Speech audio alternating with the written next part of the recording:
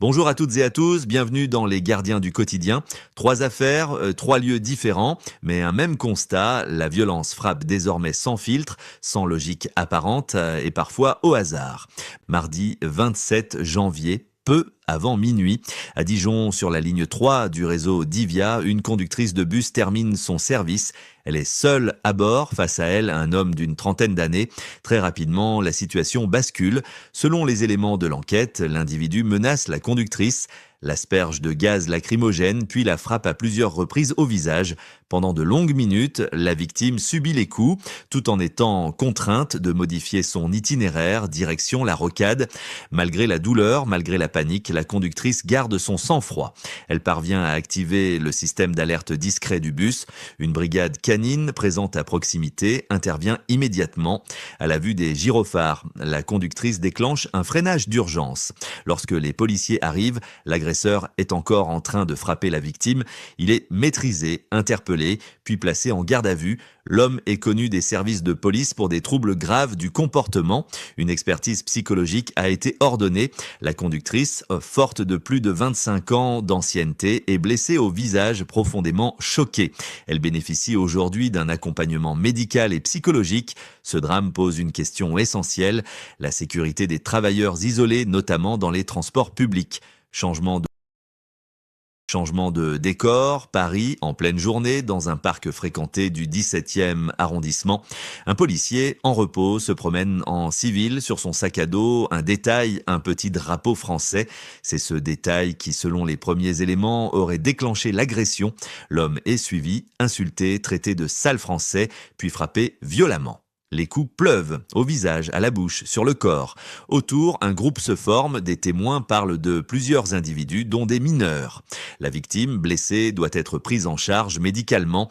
Un suspect de 38 ans est rapidement interpellé.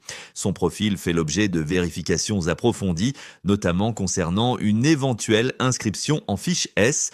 L'enquête devra déterminer le rôle exact de chacun, mais ce fait divers s'inscrit dans un contexte plus large.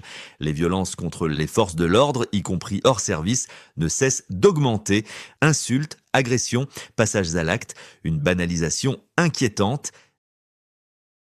En Isère, un homme de 74 ans est enlevé directement à son domicile. 4 individus armés font irruption chez lui. La victime est séquestrée. Les ravisseurs contactent son fils, installé à l'étranger, travaillant dans le secteur des crypto-monnaies. La demande est claire, 3 millions d'euros en crypto-monnaies via des messageries cryptées. Le fils refuse de payer, expliquant ne pas disposer de tels fonds. Plusieurs heures plus tard, l'homme est finalement relâché à Loriol, dans la Drôme. 3 suspects sont interpellés par la BRI du Rhône, puis un 4e le lendemain. Tous sont de jeunes majeurs, âgés de 20 à 23 ans, déjà connus de la police.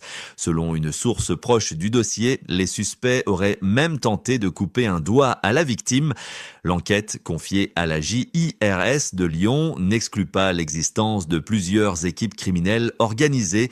Ces trois affaires ont un point commun. La cible n'est plus choisie au hasard, la violence est immédiate et la capacité de réaction fait souvent la différence. Quelques rappels essentiels. Travailleurs isolés, connaître et utiliser les dispositifs d'alerte. En cas d'agression, priorité à la survie, pas à l'affrontement. Domicile, vigilance accrue, surtout pour les personnes âgées.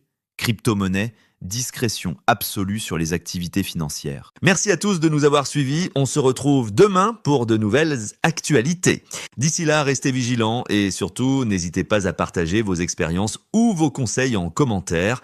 Votre témoignage peut aider d'autres personnes à éviter le pire. Abonnez-vous à la chaîne et rejoignez la communauté des gardiens du quotidien pour ne rien manquer des prochaines alertes, faits divers et conseils de sécurité.